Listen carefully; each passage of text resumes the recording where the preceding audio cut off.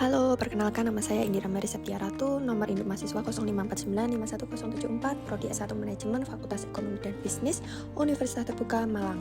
Untuk memenuhi tugas satu mata kuliah Pancasila, saya membuat video dengan tema pelajaran dari sejarah Pancasila bagi generasi muda. Pancasila tidak hadir begitu saja, melainkan melalui perjalanan sejarah yang panjang, sejak sidang PPUPK, Piagam Jakarta hingga pengesahan dalam Undang-Undang Dasar 1945. Para pendiri bangsa berjuang merumuskan dasar negara yang dapat menyatukan seluruh rakyat Perjalanan Indonesia. Ini kemudian berlanjut dalam konteks sejarah bangsa dari masa ke masa, dari awal kemerdekaan Republik Indonesia Rakyat, demokrasi terpimpin, Orde Baru hingga reformasi. Sebagai generasi muda, penting bagi kita untuk tidak hanya memahami peristiwa-peristiwa itu, tetapi juga merefleksikan pelajaran yang dapat diambil untuk menghadapi tantangan zaman sekarang. Kita fokus pada satu peristiwa krusial, Piagam Jakarta setelah usulan-usulan dasar negara di sidang PPUPK.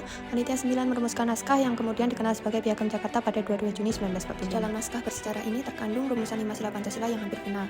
Namun, ada satu poin yang menjadi perdebatan krusial, yaitu sila pertama yang berbunyi ketuhanan dengan kewajiban menjalankan syariat Islam bagi pemeluk-pemeluknya. Setelah proklamasi menjelang sidang PPKI pada 18 Agustus 1945, muncul keberatan dari tokoh-tokoh perwakilan Indonesia Timur yang mayoritas non-muslim.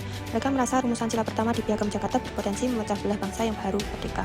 Hanya dalam waktu beberapa jam sebelum pengesahan Undang-Undang Dasar 1945, para pendiri bangsa yang diwakili oleh tokoh-tokoh seperti Muhammad Hatta berdiskusi dan mencapai kata sepakat. 7 kata pada sila pertama dihilangkan dan diubah menjadi rumusan yang kita kenal sekarang, ketuhanan yang Maha Esa. Perubahan ini adalah momen penentuan. Tanpa perubahan ini, kemerdekaan Indonesia mungkin harus dibayar mahal dengan perpecahan. Para pendiri bangsa lebih memilih persatuan di atas kepentingan golongan. Nilai Pancasila yang paling menonjol dari peristiwa ini adalah musyawarah mufakat dan pengorbanan demi persatuan. Tokoh-tokoh dengan latar belakang yang berbeda-beda mampu menempatkan kepentingan bangsa di atas kepentingan kelompok atau golongan agama mereka. Mereka berlapang dada menerima perubahan, menyadari bahwa dasar negara haruslah fondasi yang kokoh untuk seluruh rakyat Indonesia. Bukan hanya sebagian, ini adalah esensi dari sila ketiga, persatuan Indonesia, dan kearifan sila keempat, kerakyatan yang dipimpin oleh hikmat kebijaksanaan dalam permasyarakatan dan perwakilan. Di tengah dasnya arus informasi dan tantangan polarisasi di media sosial, kita seringkali terjebak dalam echo chamber. Kepentingan pribadi atau kelompok, kita mudah menyalahkan, tapi sulit untuk mendengarkan. Pelajaran dari 18 Agustus 1945 mengajarkan kita tentang kelapangan dada dan kompromi yang konstruktif, bukan tentang siapa yang paling benar, tetapi tentang bagaimana kita dapat hidup bersama dalam kebinekaan. Relevansinya, kita harus menjadi generasi yang mau berdialog, bukan hanya berdebat.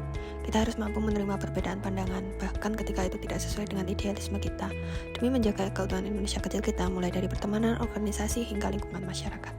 Ingatlah, Pancasila adalah jalan tengah kebangsaan yang lahir dari semangat berkorban dan kesediaan untuk bersatu. Mari kita jadikan semangat gotong royong dan musyawarah mufakat para pendiri bangsa sebagai pegangan kita dalam menghadapi masa depan. Jaga persatuan, jaga Pancasila. Terima kasih sudah menonton.